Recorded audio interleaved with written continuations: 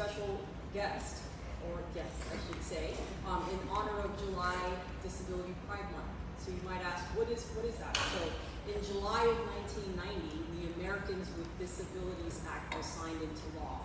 And what that did was it prohibited discrimination based on disability. And so in honor of July Disability Pride Month, I'd like to welcome two Charlotte natives, Susan and Lexi Haas. They are a mother-daughter writing team focusing on disability education and advocacy. Lexi has a rare and severe form of cerebral palsy, which they'll talk more about. And while she can't walk or talk, she was reading by 10 months old, has an impressive memory, a keen sense of humor, and an invincible spirit, which you'll also see today. Recognizing her young daughter's gift for words, Susan began writing with Lexi to help foster independence and develop communication, but soon learned that Lexi's fresh perspective needed to be shared with others, including me. In addition to writing together, which you'll also hear about the Year of the Buttered Cat, Susan and Lexi also enjoy presenting to many schools and organizations around the world and helping others learn about disability from a first-person narrative. The Year of the Buttered Cat is the duo's first book, and without further ado, please welcome Susan and Lexi.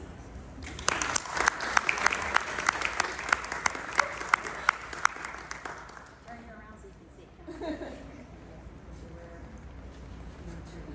Okay, sounds great.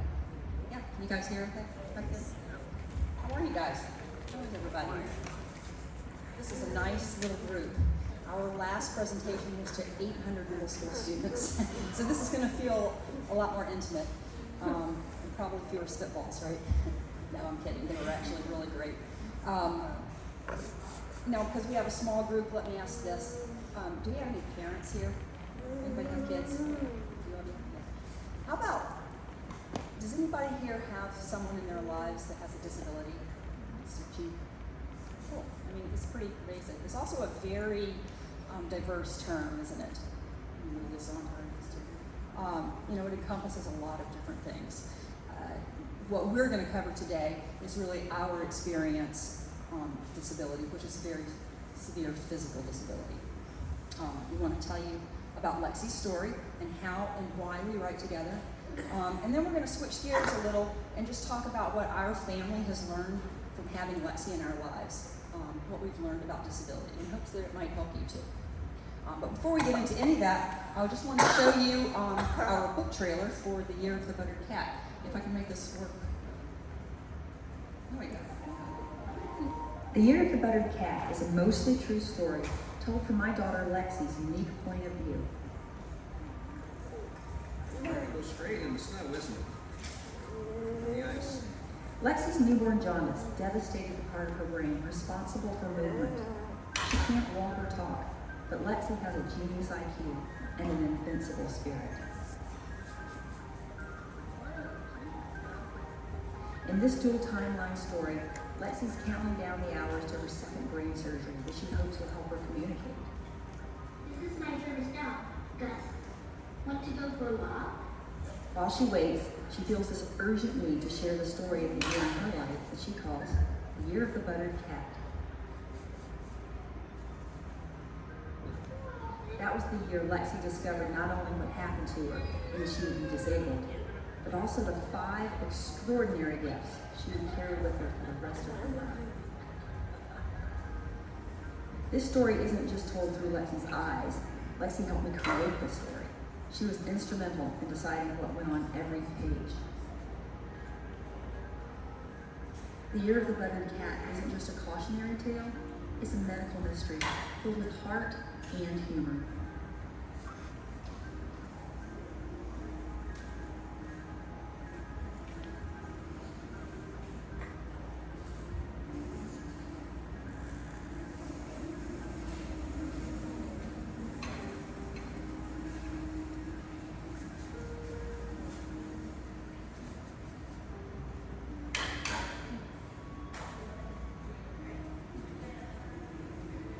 Back.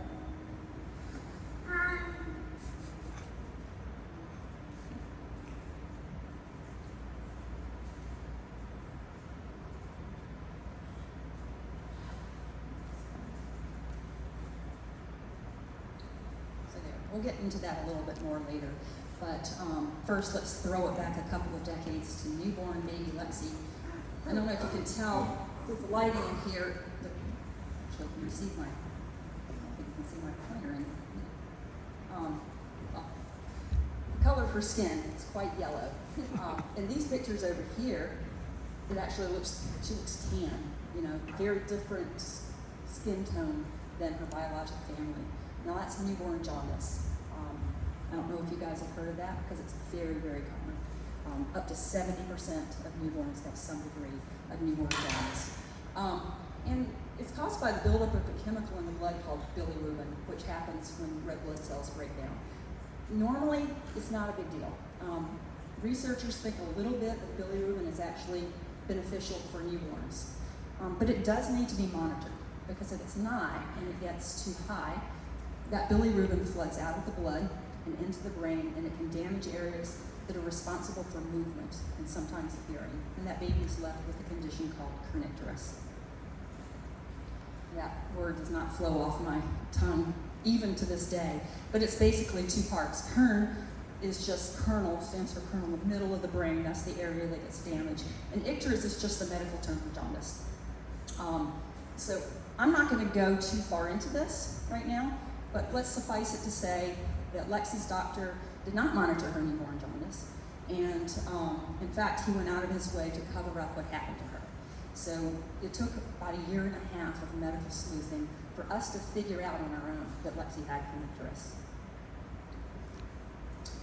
But even before we knew what had happened to her, it was really obvious that she was super smart. When she was just 10 months old, she could drag letters around the cookie sheet if she sat in my lap and I held her elbow steady, this cookie sheet here, and spell. 10 months. By the time she was a year old, she was reading and spelling hundreds of words. And we all recognize this homophone family, the bane of every middle school child's existence, right? When Lexi was a year and a half, she was spelling those and using those properly in sentences. So when it was time for her to go to school, we had a dilemma on our hands. You know, we had this kid who educators called twice exceptional. She was very far ahead academically and very far behind physically. Despite the ADA and all those wonderful rules, there was no place for her in our school system. So we finally decided to homeschool her so that she could do multiple grades in a year, and she could also take advantage of therapy in the afternoons. Now, no sooner had we figured out what to do with school, Lexi's movement disorder started to ramp up. You know, what's a movement disorder? That is just a neurological condition that causes problems with the tone and movement of our muscles. And there's lots of different kinds. I'm sure you've heard of them. But for kids with kernicterus, the two most common are dystonia and athetoid cerebral palsy. And Lexi had both. She's an overachiever. But what this meant for her meant no purposeful movement, constant movement, but nothing she could control. She couldn't control her eyes. She couldn't control, she would wake herself up during sleep. Never slept more than 2 hours at a time. And the muscles of digestion were even affected. When she was 6 years old, she weighed 26 pounds. So now I'm a medical writer by trade. And so my writing partner in Virginia started sending me articles about a procedure called deep brain stimulation surgery, or DBS. You guys probably heard of that before, right? I mean, it's being used for a lot of things these days. But back then, it was basically used for Parkinson's disease, and a little bit for the genetic dystonias, which is very different from the type of dystonia that Lexi has. So not the same thing. So this took a lot of coordination, a lot of research with her medical specialists in Virginia. But when Lexi was just 7 years old, she became the first person in the world to have a DBS placed for kernicterus. Now, we hoped that this surgery would obviously alleviate those painful muscle spasms first and foremost, right?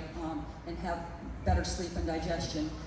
But researchers thought that there was a chance that this was going to do more. That, because she had a very small place that was injured in her brain, researchers thought that it might actually help her walk or talk. It was a pretty frustrating time for our family because, you know, we were in uncharted waters. There was not anyone on the planet who could tell us how this was going to go and if this was going to be good or bad. Now, this is Lexi's post-surgical x-ray. I'm going to just point to it. I'll use my thing here, which isn't showing up. But those two lines are the leads deep down into her brain. And at the end of those are electrodes. And those electrodes emit constant electrical impulses to that area that's damaged, trying to teach it to fire more normally. And then up at the top, you can see there's also the leads connect to wires that go around the side of her neck, down the side, and into her stomach. So that's the DBS setup. Now, today, if you have this done, this is pretty straightforward. You know, you go in the hospital, most of the time they knock you out, and a couple hours later you wake up with this situation going on. But back then, this was an 8-hour surgery, and you had to be awake. 7-year-old awake in their own brain surgery. Lexi wasn't just a very smart kid, she was very brave. Now they say neurosurgeons give terrible haircuts, and they're not wrong. You know, they shaved the front of her head, and left the ponytail in back, and then she had these jagged scars along the top. We kept the mirrors away for several weeks after, until it started to grow back a little. This was her first glimpse of herself in physical therapy with her therapist.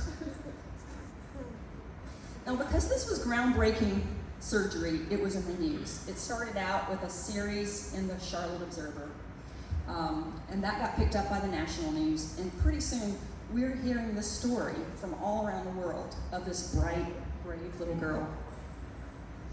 Okay.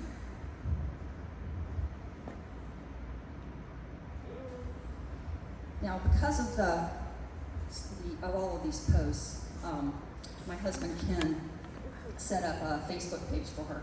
Now, you know, this was before Insta and TikTok. You know, if you had social media, you just had Facebook. But we had about 6,000 people who signed up to check in on her. We made posts, and it was meant to be a place of hope and inspiration. But one morning, Ken and I woke up to a horrific post on her page that really rocked our world, and eventually led us to writing the book. Now, I'm going to read this to you, because even after all these years, I can't put it up on the screen.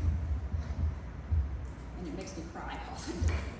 But that post read, "My best friend Lexi died last night in a terrible car accident, and this retard gets to live." All right, now, when we talk to students in schools, we talk about, this is where we get to talk about social media bullying, you know, and how once a post, once read, can't be unread, and once it's out there, it's out there. You know, and, we also talk about the R word and what a terrible slur that is for people with disabilities. And we ask everyone to just erase that from their vocabularies. But, you know, as far as the poster for this, the person who made this, you know, we knew this was a grieving teen, lashing out in the only way she knew how. And she was banned and reported. But it stuck with me that there were still people out there who view persons with disabilities as lesser or even disposable. You know, nothing could be further from the truth. People with disabilities can and do lead happy, active, successful lives. You know, we knew at that time that this was a story that needed to be shared. And we need to elevate these disability stories and make people aware.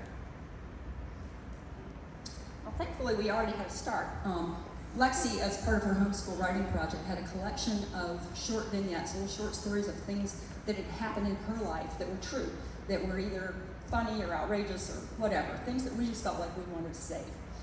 So we started with those, and we pulled them together into what became this cohesive story of The Year in the Buttered Cat.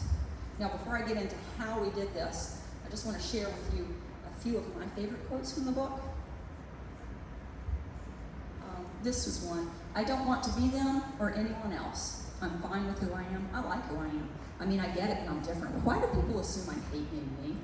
Now, this is Lexi representing, you know, this is a very common misconception for persons with disabilities, that you would want to trade lives with someone else, that they don't like who they are.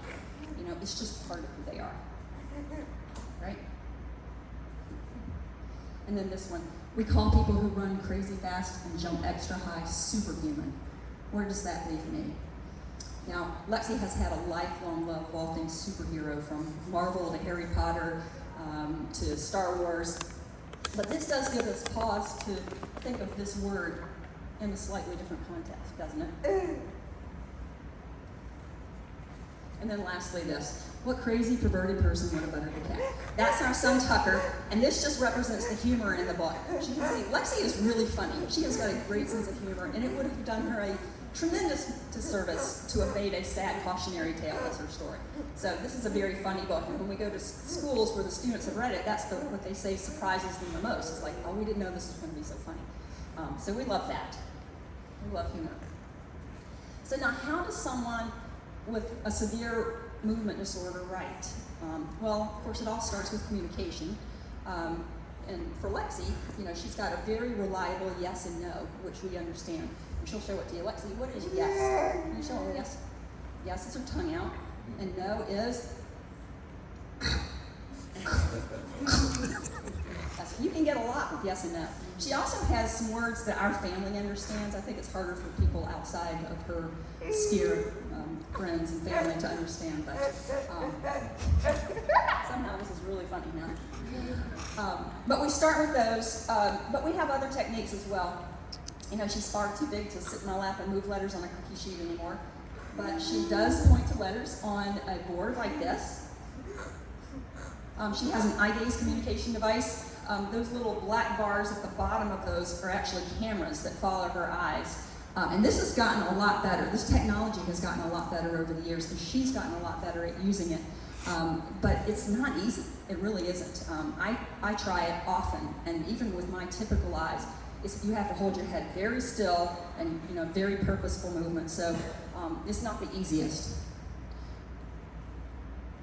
Now this has become kind of a go-to. This is called partner-assisted scanning, and we didn't make this up. We just adapted it for her use. It basically just codifies letters into color groups. So when she wants to spell, we just call out the colors, red, yellow, green, and blue. When we get to the color that contains the letter that she wants, she sticks her tongue out, and then we just go through the letters within that color. So it's just a lot faster. For example, let's see, you want to try? Let's do. If we were going to spell her name, we would say red, yellow, yellow, yellow. Performance anxiety. Red, yellow. Maybe we'll skip this part for now. We'll do this at the end. She does this all. She actually takes college classes and writes out full essays on this, but obviously we got her. She's too tickled now.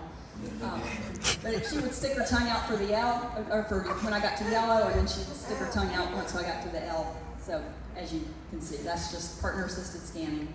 Thanks for your help, Les.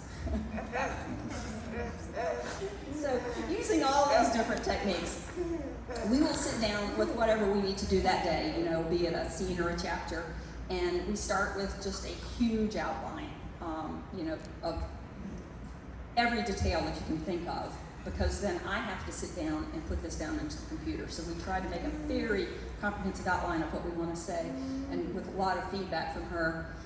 When I sit down and write it, I come back to Lexi and read it to her, and she'll let me know if I've gotten something wrong, and often that's her voice, which is interesting, isn't it? She knows exactly how she should sound, right? And if I have messed it up, she wants it changed, ASAP. So this goes back and forth, and she'll add things in her own words at this point. But we just continue this until we're both satisfied with it. Move on to the next chapter, just bird by bird. It was actually 5 years, that first book, 5 years to write that. We're working on our second and third, and it's going a lot faster. As she's gotten older and she's gotten better at communication. But with that first one, when we finished, we had to go out and find ourselves an agent, because they're the gatekeepers of the publishing world now, right? And that agent then went and marketed it until she found a publishing house. First time around, I'll get back to that in a minute, was Penny Candy Books. And right before we went to press, we were named a Junior Library Guild Gold Standard Selection. And that just meant the Library Guild considered it to be outstanding in its genre. So we got to put that groovy gold seal on the cover there. And it came out in April of 2021, right in the middle of the pandemic. Worst possible timing, right? The book actually sold really well. We sold out of 2 printings, but This year, penny candy books went out of business. We were kind of devastated. We were just so lucky, though, that our agent found us a new publisher. Little Brown and Company has been around for 100 years. They're not going anywhere. We have a great new editor and agent there. It should be back out next May in both hardcover and paperback. Right now, you can get it used, like on Amazon. There's a few bookstores that have a few copies around town still. But by next May, you should be able to just walk into a Barnes & Noble and pick this up. So super happy for that after all that work. Now let me switch gears just a little bit and talk about what we've learned from having Lexi in our lives. Because before I had Lexi, I had very little experience with people with disabilities. And I think a lot of parents who have kids, might see that, understand that. It wasn't that I wasn't a feeling person. It just wasn't, I didn't think about it because it wasn't in my realm of experience. It just wasn't presented to me on a daily basis. But I needed to think about it because according to the World Health Organization, we are sharing this planet with 1.3 billion people who have experienced a significant disability. They are in every culture, in every society. People with disabilities are everywhere. Which means disability may not be typical, but it is normal. And that is a really important point. Because when we start to view disability as just part of the fabric of the human experience, we start to lose the stigma that's associated with it. And I thought this was cool. Maybe not that, but last year, the World Health Organization released their global report on health equity for persons with disabilities. And in that, they said that compared to those without disabilities, persons with disabilities have poorer health, lower education achievements, fewer economic opportunities, and higher rates of poverty. Now, the Susan before I had Lexi would have said, well, obviously, these are people with disabilities. There's some kind of underlying health concerns that's causing all of this. But the World Health Organization was way ahead of me, and they went ahead and adjusted for those underlying health conditions. And when they did that, they found persons with disabilities have poorer health, lower education achievements, fewer economic opportunities, and higher rates of poverty. Nothing changed. So obviously it wasn't just the disability, but how we treat and react to people with disabilities, right? So how do we fix that? There's not an easy answer, but I do think starting with conversations like these is a good place for us to begin to try to repair that. And in that, I think it's really helpful if we dispel some of the common misconceptions about disabilities. And I'll be interested to hear maybe after some of these other people who have persons with disabilities in their family have experienced these or agree with these. There's a bunch of different misconceptions. Within the framework of an hour, we've just picked 3 that I think are most important for our family, and we want to go through those with you. First one, of course, is that people who can't talk or talk very poorly aren't thinking, learning, and processing. There have been so many studies that have dispelled this, and it still persists. Love this pair of quotes opens our book. If you're a Star Wars fan like Lexi, you recognize this one. The ability to speak does not make you intelligent, from Qui-Gon Jinn. And then Lexi's take on it, the inability to speak does not make you unintelligent. So I think the solution to this comes from hacking something from the world of special education, and that's the concept of presumed competence. That is just assuming an individual with a disability can learn, think, and understand. That does not sound like rocket science, does it? But when you apply that, diligently and persistently, it can change lives. And I want to tell you Lexi's story of how presumed competence changed her life. Made all the difference. So when she was really little, we were still trying to figure out what was going on. We had her all up and down the East Coast at every major medical center trying to get answers. We found ourselves in a major North Carolina teaching hospital in the neurology clinic. And the doctor came in, and he had looked, it seems like he had spent maybe 5 minutes looking at her medical records and maybe 5 minutes looking at her. And he turned and told me that she would not only never walk or talk, she would never think, she would never learn, she would never understand. She was basically what they used to call like a vegetable, right? And I argued with him that this is crazy. I mean, by this time she was reading and spelling, and I pointed that out to him, and he was very dismissive. He said, everybody thinks their kid's smart, right? Whatever. We fired them, moved on, and we just kept treating Lexi the way that we knew. I mean, we didn't know anything about this presumed competence at this point. We weren't in the world of education, but we knew she was smart. And we chose to surround ourselves with people who thought she was smart. Her doctors, her educators, her therapists. So fast forward a couple of years, and we're about to do our transition to kindergarten. And so if you have a disability, the state comes and tests you to figure out where you go. And part of that is they give you an IQ test. Now for kids who can't speak, they give what's called the Peabody Picture Vocabulary Test. It's roughly the equivalent of a WISC or a Wechsler. Most studies show that it underestimates IQ a little bit. But they gave her this Peabody Picture Vocabulary Test and found she scored 160 IQ, 99th percentile. I think the best part of this is that statistically speaking, she was undoubtedly smarter than that doctor who said she would never think learn or understand, right? But what if we had listened to him? She would have had a completely different outcome. So presumed competence made all the difference. Now, how do we use this in our communities? How do we use? I realize PC is probably not the word for the best abbreviation, but using presumed competence in the community. First, if you come up to someone like Lexi and you're out and about and you want to talk to them, and I really encourage you to do so. First is to talk directly to her, not to the person who's with her. We have people come up all the time and say to me, so what's her name and how old is she? I'm like, ask her. And if she has any trouble with that, I'll step in and help. But people want to be addressed as if they're there, not like they're just not part of the conversation, right? And the other part to that is using a regular voice. It's amazing how many people talk very loud or very slow, or the worst, in a baby voice, like they're talking to a little child. Just your regular conversational voice. The next thing I'd say is giving sincere compliments for things rightfully earned. If I came up to Chris and said, Chris, you made it into work today. I'm so proud of you. What's Chris going to do? Unless that we have some kind of very weird relationship, she's probably going to give me the finger. But people talk to persons with disabilities like this all the time. Is that right?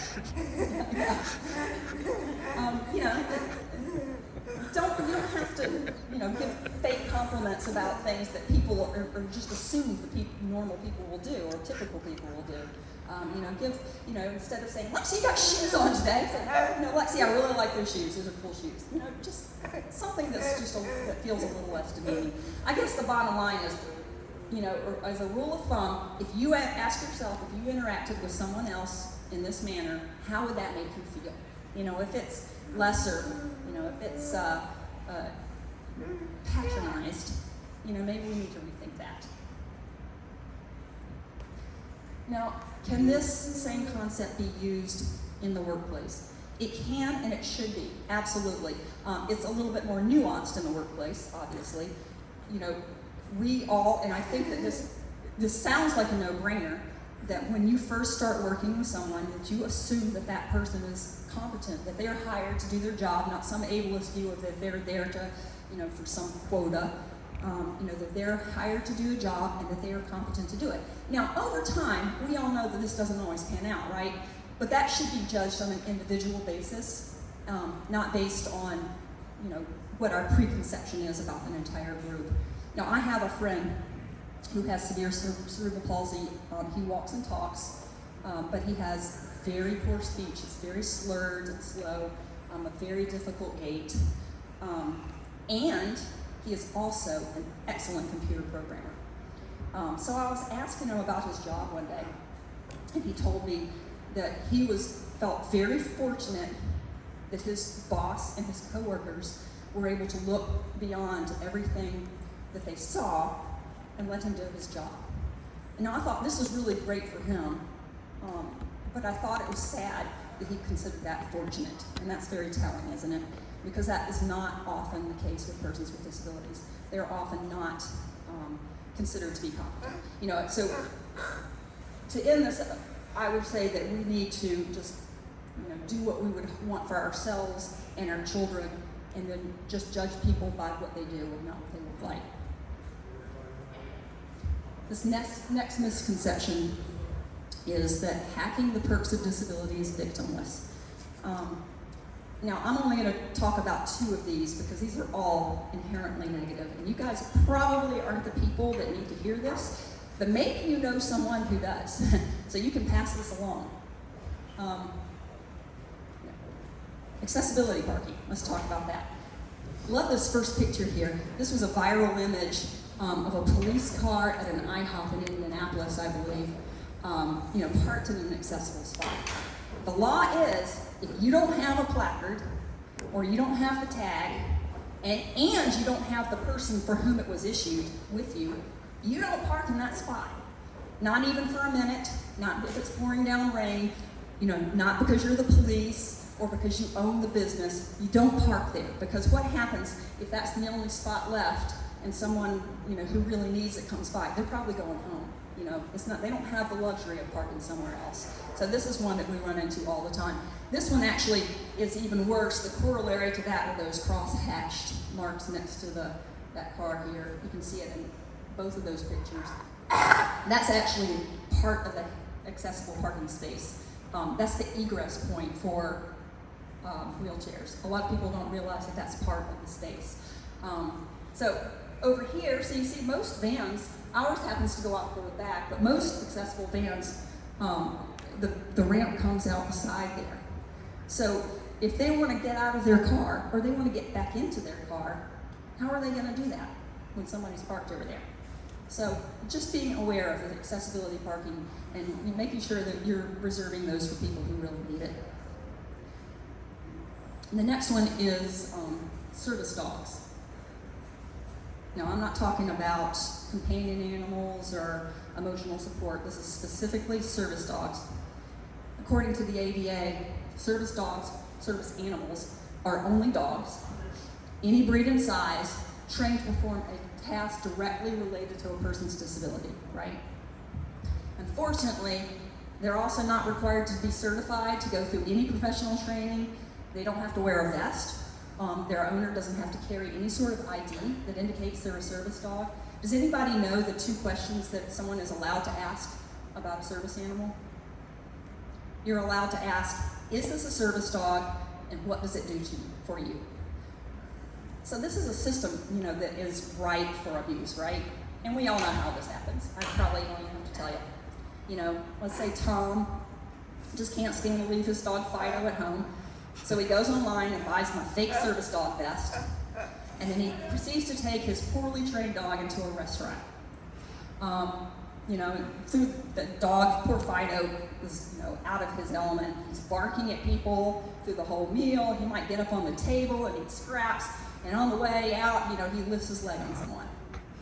You know, now outside of the fact that everybody in that restaurant has had a miserable time, what happens when someone with a real service dog comes into this place next? You know, are they going to be welcomed? Is the staff going to be happy to see them?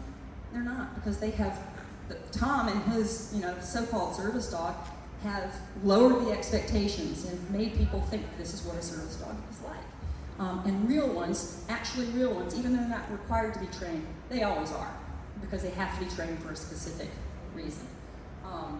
Yeah, so I will add to that, what happens if Tom is in the restaurant with his dog and a real service dog comes in and the dog is sniffing and barking and distracting that dog from his job. Do you guys have a take your child to work day here? You do that? Yeah, anybody participate in that? Cool. Is it fun? For me, JR being My daughter, one of my daughters up in New York, said they recently had their child to work day, and she said, and it was really cool and it was really fun. She said, we got nothing done.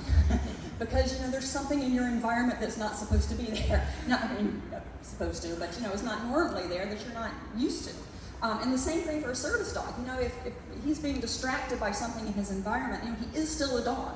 And it keeps that dog from doing his job. In many cases, this is life-saving work if we're talking about alert dogs, so they don't need to be distracted. I'll add to that, people who will come up and want to pet them and talk to them, that's also distracting a service dog from his job. That's why we're not supposed to do that. Lexi has a service dog. He's been the model in most of these pictures. His name is Gus, and we hardly ever take him out with us into the community anymore because of all these problems. Isn't that terrible? He's been attacked by other dogs. He can't really work. It just becomes more of a problem. It's a barrier to inclusion. So I'm ending that part there because that is so negative, but we'll just say we need to respect the privileges reserved for persons with disabilities. And then this last misconception, this one's a little bit more esoteric, but disability happens to an individual. The reality is that when there's somebody with a disability in the family, it touches every single person in that family. Parents are well known to be under more stress, financial, mental, emotional, even physical stress than people who don't have kids with disabilities. And that trickles down to everyone in the family, including the kids. There's my kids right there. Some of this is positive.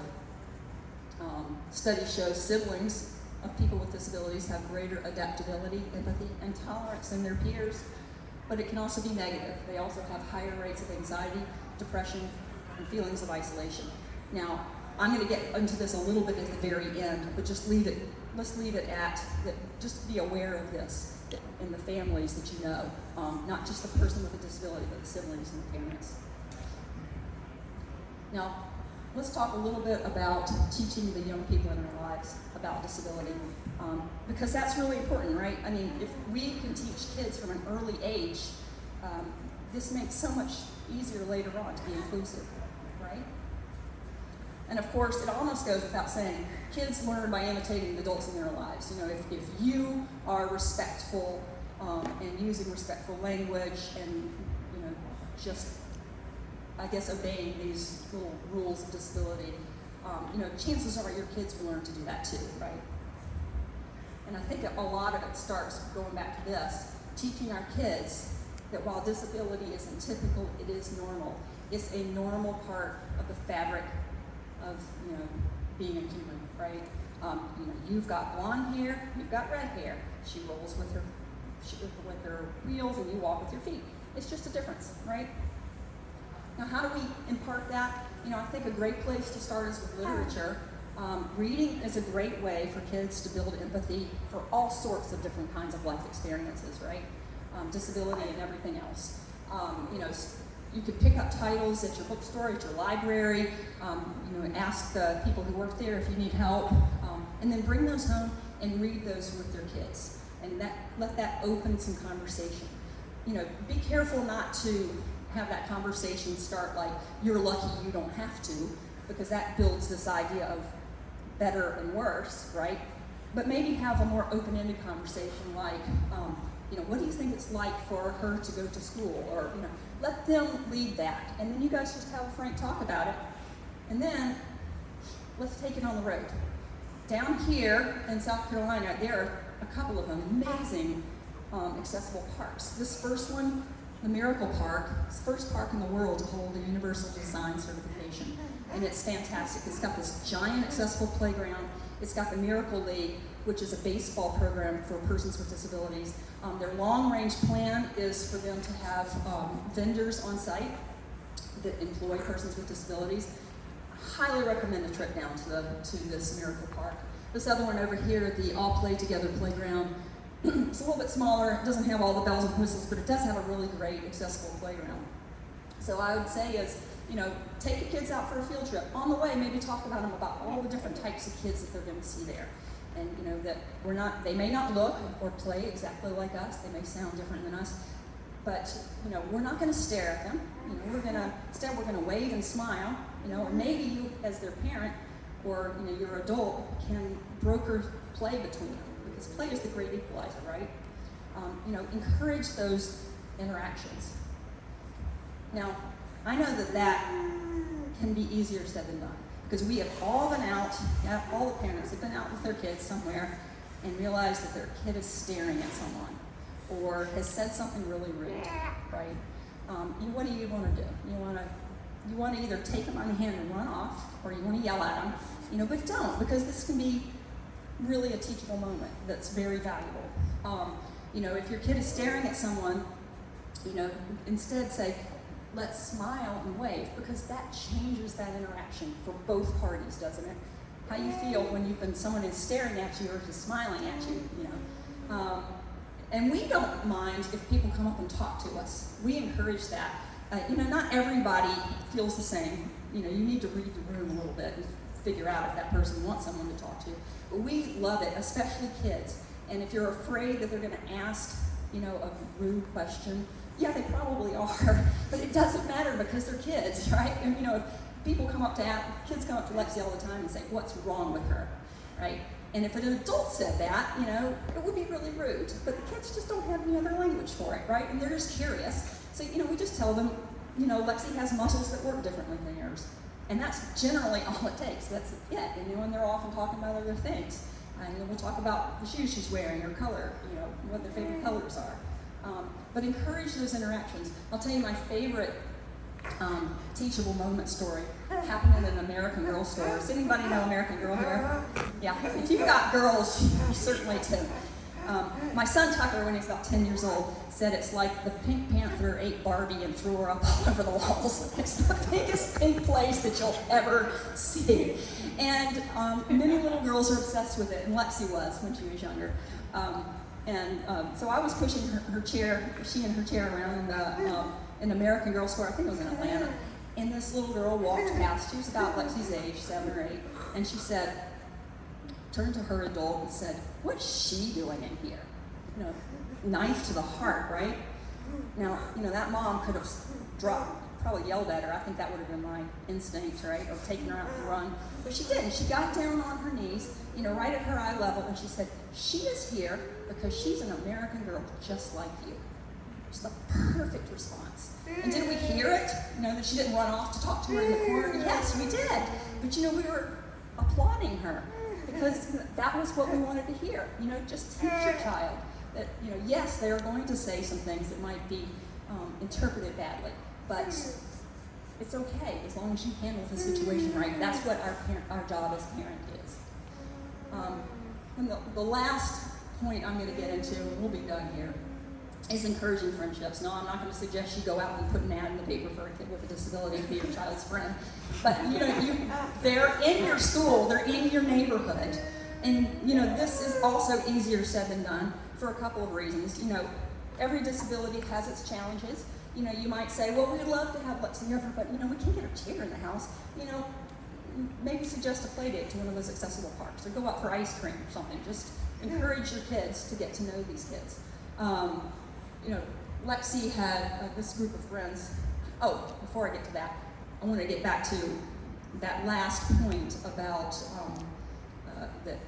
how disability trickles down through the family.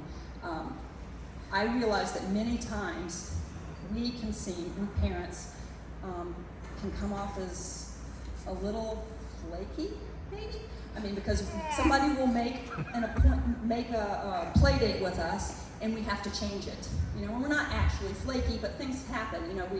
Somebody gets sick, somebody gets injured. Or, when Lexi was little, there were just days I just couldn't mentally wrap my brain around it, But I would just say, please don't give up. It's not personal. It's just we need that little bit of extra push sometimes. But encouraging those friendships. These kids here were in Lexi's French class when she was little.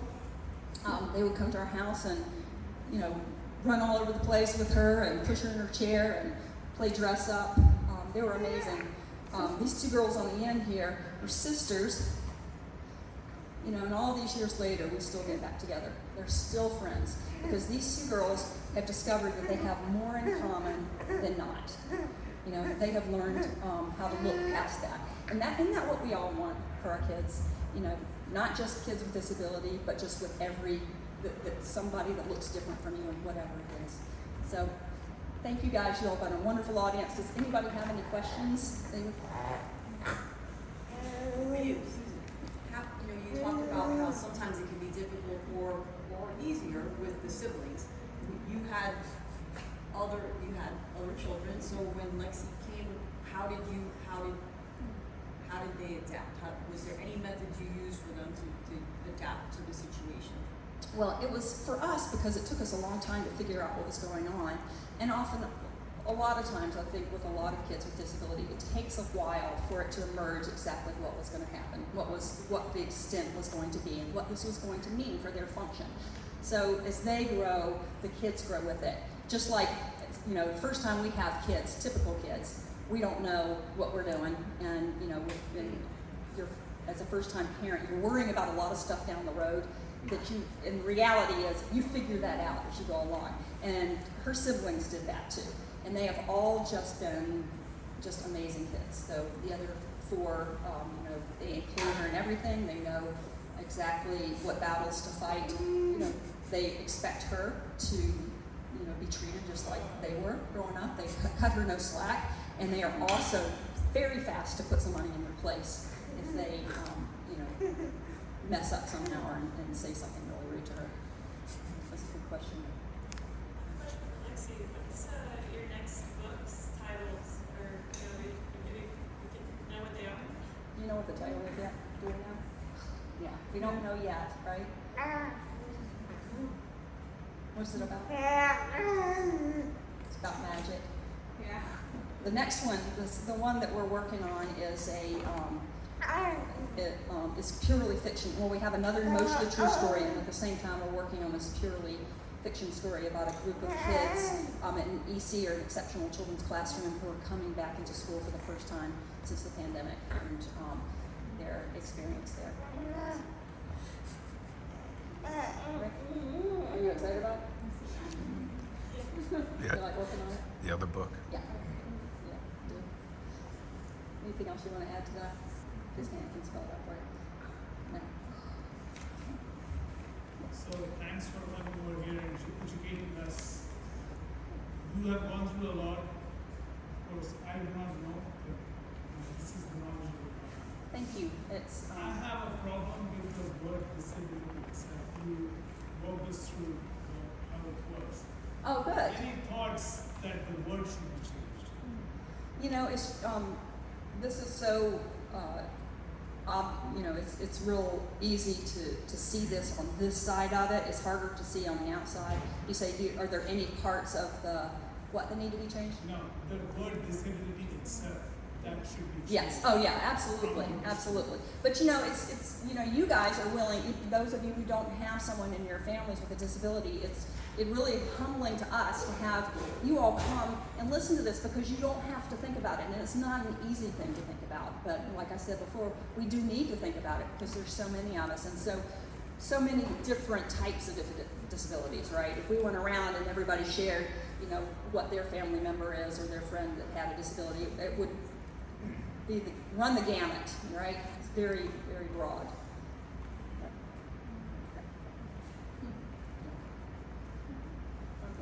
Well, I hope you guys will enjoy some of that lunch back there, because it looks really great. And thank you all so much for having us out. We really appreciate it. Thank you, Chris. Thank you so Especially much. for Chris for setting us up.